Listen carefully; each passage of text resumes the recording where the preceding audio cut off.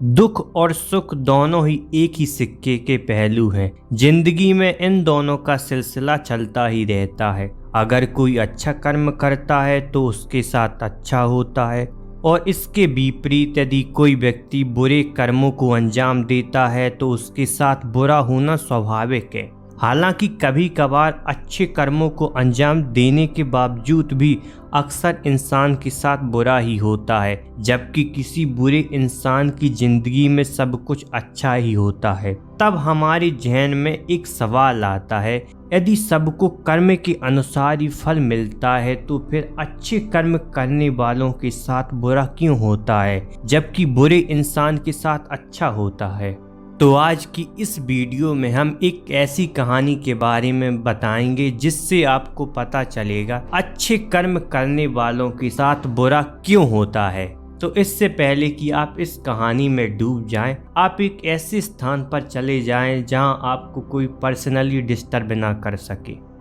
एक बार भगवान बुद्ध अपने शिष्यों के साथ बैठकर उन्हें कुछ समझा रहे थे।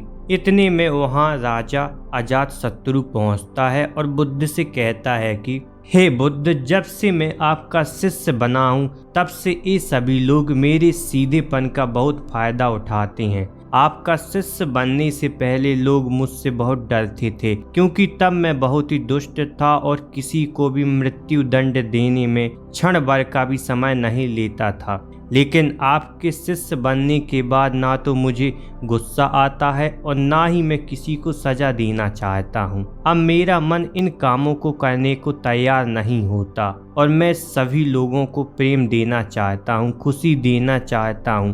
परंतु कुछ लोग इस बात का गलत फायदा उठा रहे हैं और इससे मेरी प्रजा को बहुत ही खतरा है। मेरे शासन में बहुत दिक्कतें आ रही हैं। आप ही बताएं अब मैं क्या करूं? तब बुद्ध अजातशत्रु से कहते हैं कि मैं तुम्हें एक कहानी सुनाता हूँ, तुम इसे ध्यान से सुनना और समझने का प्रयास करना।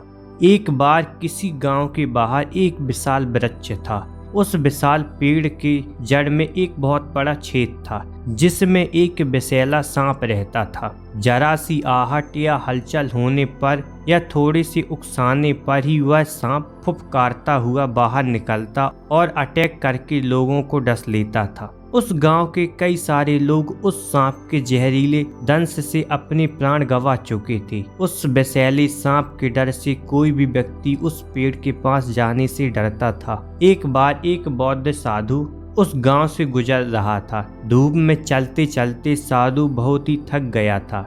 जब उसने उस विशाल वृक्ष को देखा तो उस वृक्ष के नीचे थोड़ा आराम करने की सोचकर वह उस पेड़ की ओर बढ़ने लगता है। अपने खेतों से काम करके लौट रहे कुछ लोग जब साधु को उस पेड़ की तरफ जाते हुए देखते हैं तो वो लोग उसे रोक देते हैं और साधु से कहते हैं कि वहाँ एक बहुत ही जहरीला सांप रहता है। उसने बहुत से लोगों को डस लिया है। वह इतना खतरनाक है कि जो भी उसके पास आता है वह उसे जिंदा नहीं छोड़ता।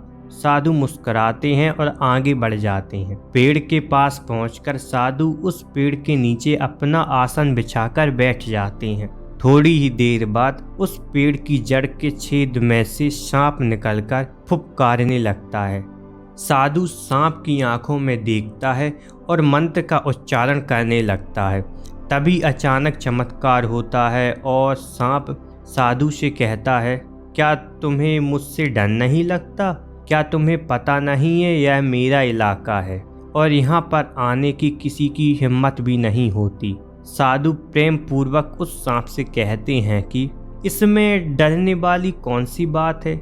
मुझे किसी बात का डर नहीं लगता, ना ही मुझे मृत्यु का डर है और ना ही जीवन की लालसा है। तो फिर मैं क्यों डरूं? दरअसल तुम डरे हुए हो। तुम जो भी करते हो वह इसलिए करते हो क्योंकि तुम्हें डर है कि कोई तुम्हें मार ना दे, इसीलिए तुम दूसरों को डसते हो। सांप को यह सुनकर बहुत ही गहरा आघात पहुंचता है। उसने आज तक ऐसे व्यक्तियों को देखा था जो उसे मारने की कोशिश करते थे और उससे डरकर भागते थे। उसने आज तक ऐसा कोई भी व्यक्ति नहीं देखा था जो उससे ना डरे।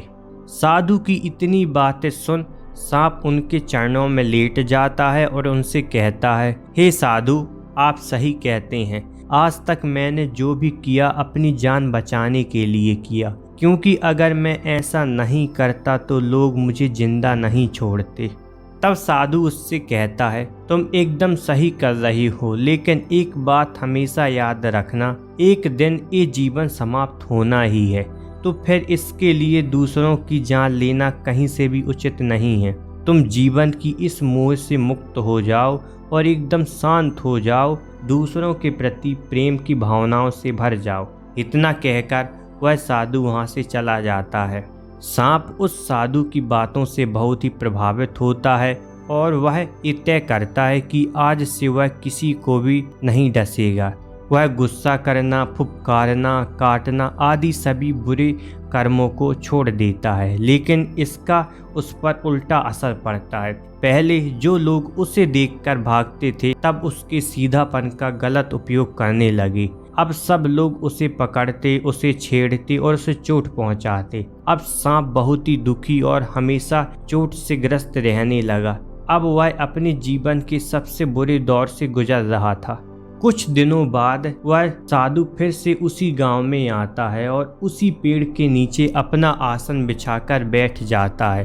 तभी वह उस सांप को देखता है। सांप की इस बुरी हालत को देखकर साधु को बहुत आश्चर्य होता है। वह सांप से पूछता है कि तुम्हारी हालत इतनी खराब कैसे हो गई, किसने तुम्हें इतनी चोट पहुंचाई? साधु को देखकर सांप कहता है, हे महात्मा, जब से आपने मुझसे कहा है कि मैं अपना क्रोधी स्वभाव और लोगों को डसना छोड़ दूं, जब से मैंने अपना वायलेंट नेचर को छोड़ा है और शांति पूर्वक रहना शुरू किया है, तब से लोगों ने मुझसे बहुत ही गलत व्यवहार करना शुरू कर दिया है। अब कोई मुझसे नहीं डरता। लोग आते हैं, मुझे छेड़ते हैं, मुझे नुकसान पहुंचाते हैं और मेरी बुरी हालत करके चले जाते हैं। अब मुझे जीवन जीने में बहुत कठिनाई हो रही है। सांप की बातें सुनकर साधु कहता है, हे मित्र, तुमने मेरी बातों का गलत मतलब निकाल लिया है।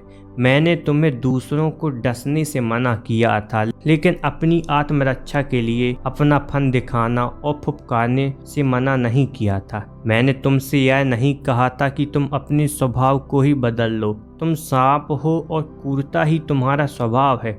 अगर तुम क्रूरता नहीं दिखाओगे तो लोग तुम्हें ख़त्म कर देंगे।